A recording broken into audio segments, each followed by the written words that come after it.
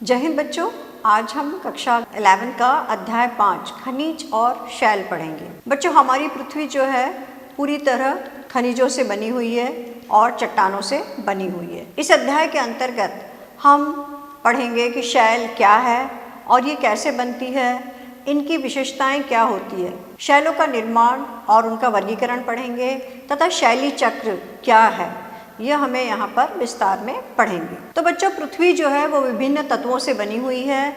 इसकी बाहरी परत में ये तत्व ठोस रूप में और आंतरिक परत में ये गर्म एवं पिघली अवस्था में पाए जाते हैं, जिसे हम लावा या मैग्मा कहते हैं। पृथ्वी के संपूर्ण प्रॉपर्टी का लगभग 98% भाग 8 तत्वों जैसे ऑक्सीजन, सिलिकॉन, एल्यूमिनियम, लोहा, कैल्शियम, सोडियम, पोटेशियम तथा मैग्नीशियम से बना हुआ है और शेष जो भाग है वो है titanium, hydrogen, phosphorus, manganese, sulphur, carbon, nickel और अन्य पदार्थों से बना हुआ है। अगर हम देखें तो हमारे इन पदार्थों में ऑक्सीजन जो है वो 46% के करीब है और सिलिकॉन 27.72% है, एल्यूमिनियम 8.13% है, लोह 5% है, कैल्शियम 3.63% है, सोडियम 2.83% है, पोटेशियम 2.59 है, मैग्नीशियम 2.9 और अन्य तत्व जो है वो 1.41 है। ये इस प्रकार हमारे धरातल पर पाए जाते हैं। भूप्रॉपर्टी जो पृथ्वी का ऊपरी धरातल है उस पर पाए जाने वाले तत्व प्रायः अलग अलग नहीं मिलते हैं, बल्कि ये सामान्यतः एक दूसरे के साथ मिलते हैं। उन्हें शुद्ध कर कर हम इन्हें अलग करते हैं। इस प्रकार हम देखते हैं कि खनिज एक ऐसा प्राकृतिक कार्बनिक एवं अकार्बनिक तत्व है जिसमें एक क्रमबद्ध परमाणिक संरचना, निश्चितता, रासायनिक संगठन तथा भौतिक गुणधर्म होते हैं। खनिज का निर्माण 2 या 2 से अधिक तत्वों से मिलकर होता है, लेकिन कभी कभी सल्फर, तांबा, चांदी, सोना, ग्रेफाइट जैसे एक तत्वीय खनिज भी हमारे धरातल पर पाए जाते हैं। ये सभी पदार्थ मिलकर जो है विभिन्न पदार्थों का निर्माण करता है और इन्हीं पदार्थों को हम खनिजों का नाम देते हैं। यद्यपि स्थल मंडल का निर्माण करने वाले तत्वों की संख्या बहुत ही कम है, लेकिन आपस में उनका संयोजन विभिन्न तरीकों से होता है, जिससे खनिजों की अनेक किस्में बनती है। धरातल पर कम से कम 2000 प्रकार के खनिजों को पहचाना गया है अब तक और उनको नाम भी दिया गया है, लेकिन इनमें से सामान्यतः उपलब्ध लगभग सभी पदार्थ 6 प्रमुख खनिज समूह से संबंधित होते हैं, जिनको शैलों के निर्माण करने वाले प्रमुख खनिज माना गया है। पृथ्वी के आंतरिक भाग में पाए जाने वाला मैग्मा ही सभी खनिजों का मूल स्रोत है। ज्वालामुखी के समय धरातल पर न आके कहीं दरारों में फंस जाता है तो ठंडा होने पर वो विभिन्न प्रकार की चट्टानों और खनिजों के रूप में बदल जाता है। हर खनिजों की बच्चों कुछ विशेषताएं होती है, भौतिक विशेषताएं होती है। पहला तो ये इनका क्रिस्टल का बाहरी रूप कैसा होता है। ये अणुओं की आंतरिक व्यवस्था द्वारा तय होता है। ये घनाकार, अष्टभुजाकार, षष्ठभुजाकार या प्रिज्म आदि प्रकार के होते हैं। विदलन सापेक्षित रूप से समतल सतह बनाने के लिए निश्चित दिशा में टूटने की प्रवृत्ति अणुओं की आंतरिक व्यवस्था का परिणाम।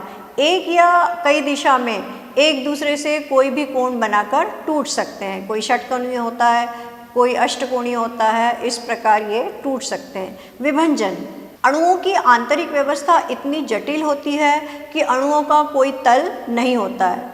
क्रिस्टल विदलन तल के अनुसार नहीं बल्कि अनियमित रूप से टूटता है। चमक रंग के बिना किसी भी पदार्थ की चमक, प्रत्येक खनिज की अपनी चमक होती है, जैसे मेटेलिक, रेशमी, ग्लॉसी आदि।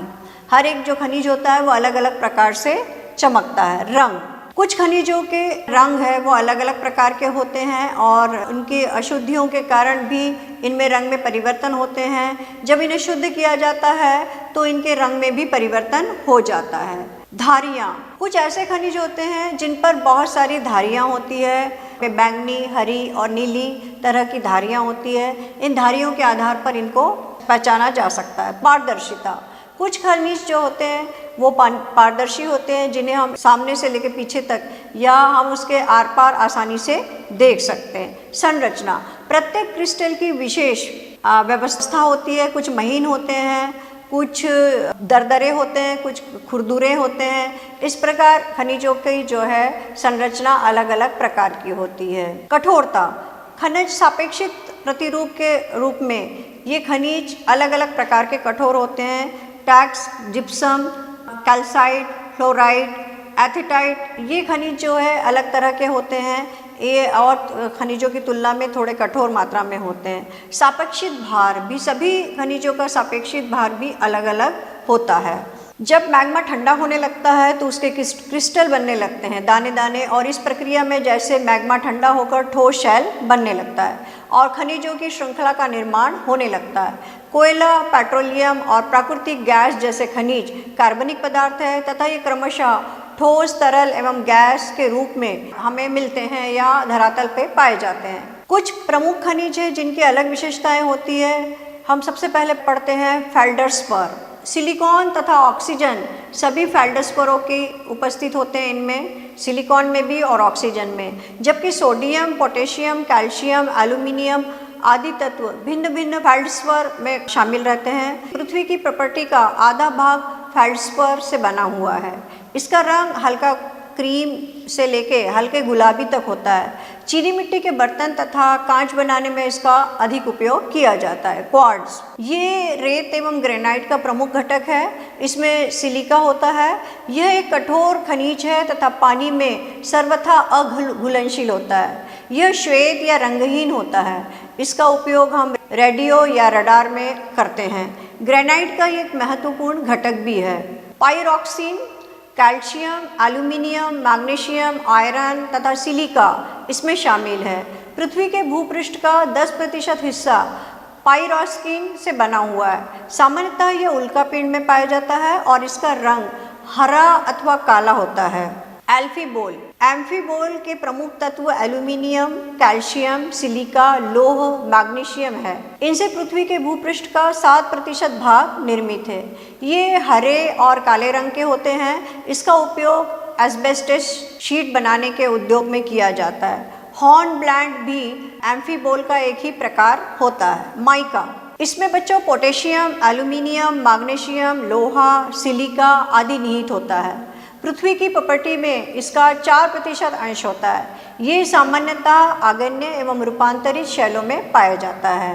जो सबसे प्राचीन चट्टान है आग्नेय, उसमें, और जो मेटामॉर्फिक रॉक है उसमें ये मुख्यतः पाया जाता है। ये विद्युत उपकरणों में इसका बहुत अधिक उपयोग किया जाता है माइका का। आप अपने घर में इलेक्ट्रिक प्रेस या इलेक्ट्रिक का कोई भी सामान अगर खोल के देखेंगे, गीजर या कुछ अगर आपके यहाँ खराब होता है तो उसमें आपको माइका जरूर मिलेगा। ओलिविन, मैग्नीशियम, लौह तथा सिलिका ओलिवियन के प्रमुख तत्व होते हैं। इनका उपयोग आभूषणों में किया जाता है। ये सामान्यतः हरे रंग के क्रिस्टल होते हैं जो प्रायः बेसाल्टिक शैलों में पाए जाते हैं। इन प्रमुख खनिजों के अतिरिक्त शैलों में chloride, calcite, magnetite, hematite, bauxite तथा बैराइट जैसे अन्य खनिज भी कुछ मात्रा में उपस्थित होते हैं। हेमेटाइट जो है वो आप सभी लोग जानते हैं कि लोहे का एक प्रकार है और ये भी एक शैल के रूप में हमें प्राप्त होता है। धात्विक खनिज, इनमें धातु तत्व होते हैं तथा इनको 3 प्रकार से विभाजित किया जाता है बच्चों। पहला, बहुमूल्य धातु जिनमें सोना, चांदी और प्लैटिनियम आते हैं। दूसरा, लौह धातु, लौह एक स्टील के निर्माण के लिए उपयोग में लाया जाता है और इसको लोहे में बहुत सारी चीज़ें और धातुएं मिलाई जाती है जिससे इसको थोड़ा सा कठोर व उपयोगी बनाया जाता है। अलोहित धातु, इनमें ताम्र, सीसा, जिंक, टीन, एल्यूमिनियम आदि धातु शामिल होते हैं। अधात्विक खनिज, इनमें धातु के अंश उपस्थित नहीं होते हैं। गंधक, फॉस्फेट, नाइट्रेट अधात्विक खनिज है। सीमेंट अधात्विक खनिजों का ही मिश्रण है। अब जो शैल, चट्टानें, जो प्रॉपर्टी है या धरातल है वो शैलों से बना हुआ है। शैल का निर्माण एक या एक से अधिक खनिजों से मिलकर होता है। शैल कठोर या नरम या विभिन्न रंगों की हो सकती है, जैसे ग्रेनाइट कठोर है तथा शैल खंडी नरम है। ग्रेबो काला है तो क्वार्ट्जाइट दूधिया सफ़ेद रंग का होता है। शैलों में खनिज घटकों का कोई निश्चित संगठन नहीं होता है। शैलों में सामान्यतः पाए जाने वाले खनिज पदार्थ फेल्डरव तथा क्वार्ट्जाइट है। शैलों एवं स्थलाकृतियों तथा शैलों एवं मृदा में निकट संबंध होने के कारण भूगोल शास्त्री शैलों को मौलिक ज्ञान होने के लिए बहुत ही ज़रूरी है। जब तक हमें मौलिक ज्ञान शैलों के बारे में नहीं होगा तो हम शैलों को पहचान नहीं पाएंगे। इसलिए शैलों के विभिन्न प्रकार होते हैं। पेट्रोलॉजी शैलों का विज्ञान है। एक पेट्रोशास्त्री शैलों के विभिन्न स्वरूपों का अध्ययन करता है, जैसे खनिज की संरचना, बनावट, गठन, स्रोत, प्राप्ति, मतलब ये कहाँ पाए जा सकते हैं, स्थान, परिवर्तन एवं दूसरी शैलों के इसके साथ इनका क्या संबंध है, ये सभी हम पेट्रोलॉजी शैलों के विज्ञान में पढ़ते हैं। खनिज एवं शैल, जिस भी धरातल पर संचित पदार्थ होते हैं उन सभी संचित पदार्थों में चट्टानें पाई जाती है। यह प्रक्रिया शिली भवन कहलाती है। बहुत से अवसादी शैलों में निक्षेपित परतें शिली भवन के बाद भी अपनी विशेषताएं बनाए रखती है, मन में इनमें कोई परिवर्तन नहीं होता है। इसी कारणवश बालुकाश्म शैल जैसे अवसादी शैलों में विभिन्न साद्रता वाली अनेक सतहें होती है। निर्माण पद्धति के आधार पर अवसादी शैलों का वर्गीकरण हम 3 भागों में करते हैं। पहला, यांत्रिकी रूप से निर्मित, उदाहरण बालुकाश्म, पिंडशिला, चूना, प्रशस्तर शैल और वेमुर्दा आदि। कार्बनिक रूप में निर्मित चट्टानें हैं गिजराइट, खड़िया, चूना पत्थर, कोयला आदि। रासायनिक रूप से निर्मित उदाहरणतः शृंग प्रस्तर, चूना पत्थर, हैलाइट और पोटाश, ये रासायनिक रूप से निर्मित होते हैं। कायांतरित शैल, कायांतरित का अर्थ है स्वरूप में परिवर्तन। जब अत्यधिक दाब, आयतन और तापमान से चट्टानों का मूल स्वरूप परिवर्तित हो जाता है तो हम उसे कायांतरित या मेटामॉर्फिक चट्टान कहते हैं। यह शैल ताप, आयतन तथा दाब के कारण निर्मित होती है। जब विवर्तनी की प्रक्रिया के कारण शैलें निचले स्तर की ओर बलपूर्वक खिसक जाती है या जब भूपृष्ठ से उठता पिघलता हुआ मैग्मा भूपृष्ठीय शैलों के संपर्क में आता है या जब ऊपरी शैलों के कारण निचली शैलों का अत्यधिक दाब पड़ता है तब इनका कायांतरण हो जाता है, इनका रूप परिवर्तन हो जाता है। और इसी प्रक्रिया को इस कायांतरण प्रक्रिया को ही जिसमें समेंतिक शैलों के पुनः क्रिस्टलीकरण होता है तथा वास्तविक शैलों के पदार्थ पुनः संगठित हो जाते हैं। आप इसका एक उदाहरण देख सकते हैं बच्चों कि आपको देखा होगा कि किसी भी प्लास्टिक की वस्तु को आग के साथ नहीं रखा जाता है, आग के पास नहीं रखा जाता है। लेकिन अगर हम एक प्रयोग करने के लिए किसी प्लास्टिक के डब्बे को अगर हम थोड़ा सा गैस के या जो भी हमारे घर में जलने ईंधन का साधन है उसके पास रखेंगे तो आप देखते हैं कि कुछ ताप के बाद उस डब्बे के आकार में परिवर्तन हो जाएगा। वो धीरे धीरे जो है परिवर्तित हो जाएगा। जो हिस्सा उसके आग के बहुत करीब है वो जो है पिघलने लगेगा या उसके में इसी प्रकार चट्टानों में भी मैग्मा के संपर्क में आने से परिवर्तन होता है और यही कायांतरण, ये परिवर्तन ही मेटामॉर्फिक चट्टान में बदल जाता है। बिना किसी विशेष रासायनिक परिवर्तनों के टूटने या पीसने के कारण वास्तविक शैलों में यांत्रिक व्यवधान एवं उनका पुनः संगठित होना गतिशील कायांतरण कहलाता है। ऊष्मीय कायांतरण के कारण शैलों के पदार्थों में रासायनिक परिवर्तन एवं पुनः क्रिस्टलीकरण होता है। ऊष्मीय कायांतरण में 2 प्रकार परिवर्तन होता है। पहला संपर्क के कायांतरण जिसमें केवल वो संपर्क में ही आ पाता है और उसमें परिवर्तन हो जाता है। दूसरा होता है प्रादेशिक कायांतरण जिसमें पूरे प्रदेश पर उसका प्रभाव पड़ता है। संपर्क कायांतरण में शैलें गर्म ऊपर आते हुए मैग्मा एवं लावा के संपर्क में आती है तथा उच्च तापमान के कारण इन शैलों में बदलाव होने लगता है। इनमें थोड़े क्रिस्टलीकरण होने लगता है, छोटे छोटे टुकड़े में ये परिवर्तित होने लगती है। अक्सर शैलों में मैग्मा अथवा लावा के योग से नए पदार्थ उत्पन्न होने लगते हैं। प्रादेशिक कायांतरण में उच्च तापमान तथा दाब अथवा इन दोनों के कारण शैलों में विवर्तनिक दबाव के कारण विकृतियाँ उत्पन्न होती है और जिससे शैलों में पुनः क्रिस्टलीकरण होता है। कायांतरण की प्रक्रिया में शैलों के कुछ कण या खनिज सतहों या रेखाओं के रूप में व्यवस्थित हो जाते हैं। कायांतरित शैलों में खनिज अथवा कणों की इस व्यवस्था को ही पात्रण कहते हैं या रेखांकन भी कहा जाता है। कभी कभी खनिज या विभिन्न समूहों के कण पतली से मोटी सतह में इस प्रकार व्यवस्थित होते हैं कि ये हल्के और गहरे रंगों में हमें दिखाई देते हैं। कायांतरित शैलों में ऐसी संरचनाओं को बैंडिंग कहते हैं तथा बैंडिंग प्रदर्शित करने वाली शैलों को बैंडेड शैल भी कहते हैं। कायांतरित होने वाली जो वास्तविक शैलों पर ही कायांतरित शैलों के प्रकार निर्भर करते हैं। वास्तविक शैलों जो होती है वो दो प्रमुख भागों में बांटी जाती है, पत्रित शैल और अपत्रित शैल। ताशमीय या ग्रेनाइट, साइनाइट, स्लेट, शिस्ट, संगमरमर, क्वार्ट्जाइट ये रूपांतरित चट्टानों के उदाहरण हैं और ये पत्रित शैल भी कहलाती है। शैली चक्र ये बहुत महत्वपूर्ण है बच्चों। शैल अपने मूल रूप में अधिक समय तक नहीं रहती है। जितने भी हम चट्टानें देखते हैं वो अपने मूल रूप में कभी भी लंबे समय तक नहीं रहती है, या तो टूट फूट जाती है, अपक्षय की क्रिया के द्वारा कमज़ोर चट्टानें और घुल भी सकती है रासायनिक प्रक्रिया के कारण, अन्यथा ये कठोर चट्टानें रहती है तो उनमें लावा के संपर्क में या पृथ्वी की आंतरिक और क्षैतिज और लंबवत गति के कारण भी इनमें परिवर्तन होता रहता है, बल्कि इसमें परिवर्तन हमेशा ही होते रहते हैं। शैली चक्र एक सतत प्रक्रिया है जिसमें पुरानी शैलें जो है वो बदलकर नया रूप ले लेती है। आगन्य शैल प्राथमिक शैल है और ये अन्य अवसादी और कायांतरित शैलों को बनाती है, इनके बाद ही ये शैलें बनती है। प्राथमिक शैल से निर्मित होती है ये। आगन्य शैलों को कायांतरित शैलों में परिवर्तित किया जा सकता है अत्यधिक दाब और ताप के द्वारा। आग्नेय एवं कायांतरित शैलों से प्राप्त अंशों से अवसादी शैलों का निर्माण होता है और अवसादी शैलें अपखंडों में परिवर्तित हो सकती है। ये अपखंड अवसादी शैलों के निर्माण का एक स्रोत हो सकते हैं।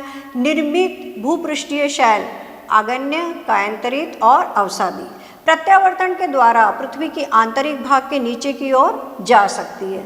भूपृष्ठीय पत्रक की आंशिक अवस्था अथवा पूर्ण भाग संस्करण पत्रक के क्षेत्र में अन्य पत्रक के नीचे चले जाते हैं तथा पृथ्वी के एक आंतरिक भाग में तापमान बदलने के कारण ये पिघलकर मैग्मा में बदल जाते हैं। तो एक साधारण भाषा में आप समझ सकते हैं बच्चों कि आगन्य शैल जब बनती है तो उस पर धरातल पर जितने भी प्राकृतिक तत्व है वो प्रहार करते हैं, उस पर घर्षण करते हैं और उसका चूर्ण के रूप में बदलते जाते हैं अपक्षय की क्रिया के द्वारा। और इस अपक्षय की क्रिया के द्वारा परिवहन और निक्षेपण होता रहता है। लेकिन जब धरातल के अंदर की गतिशीलता क्रियाशील रहती है तो ये मैग्मा के संपर्क में आकर जो है अवसादी शैल के बाद कायांतरित शैल में परिवर्तित होती है। लेकिन जब धरातल के अंदर अत्यधिक उथल पुथल होती है तो यही चट्टान आगन्य फिर मैग्मा के संपर्क में जाकर मैग्मा के रूप में परिवर्तित हो जाती है। मतलब पहले आगन्य बनती है, उसके बाद अवसादी बनती है, उसके बाद कायांतरित होती है और पुनः वो मैग्मा के रूप में परिवर्तित होकर आगन्य शैल में बनती है जब धरातल पर वापस मैग्मा ज्वालामुखी उद्गार के समय बाहर आता है। तो यह चक्र सतत चलने वाली क्रिया है, इसमें बहुत लंबा समय लगता है और ये आगन्य शैल फिर से मूल स्रोत में आ जाती है। इस प्रकार हम देखते हैं बच्चों कि यह चक्र इस धरातल पर निरंतर गतिशील है। इसमें परिवर्तन होने से चट्टानों और खनिजों में भी परिवर्तन होते रहते हैं। भविष्य में हमें बहुत सारे और अच्छे खनिजों की उपलब्धता हो सकती है और नए खनिजों की खोज हो सकती है जिसका हमारे दैनिक और भौतिक स्वरूप में परिवर्तन हो सकता है। अतः इस प्रकार बच्चों यह अध्याय यहीं पे समाप्त होता है और आप अपने आसपास जितने भी खनिज या आपको दृष्टिगत होते हैं, जो चट्टानें दृष्टिगत होते हैं, उन्हें इकट्ठा करने का प्रयत्न करें तथा अपनी कक्षा अध्यापिका या विषय अध्यापक से इसके बारे में चर्चा करें तथा उन्हें देखें कि वह किस प्रकार निर्मित हुई है, किस प्रकार बनी है और इसका आयु कितनी हो सकती है, क्योंकि चट्टानों को उनकी आयु के आधार पर भी उनमें पाए जाने वाले जीवाश्म के आधार पर ही पहचाना जाता है। तो यह परियोजना कार्य आप आराम से कर सकते हैं और आप में चट्टानें संग्रहण करने की प्रवृत्ति होनी चाहिए जिससे आप अपनी पृथ्वी के इतिहास के बारे में आसानी से जान सकते हैं। तो जय हिंद बच्चों, आप अपने घर में होंगे और सुरक्षित होंगे।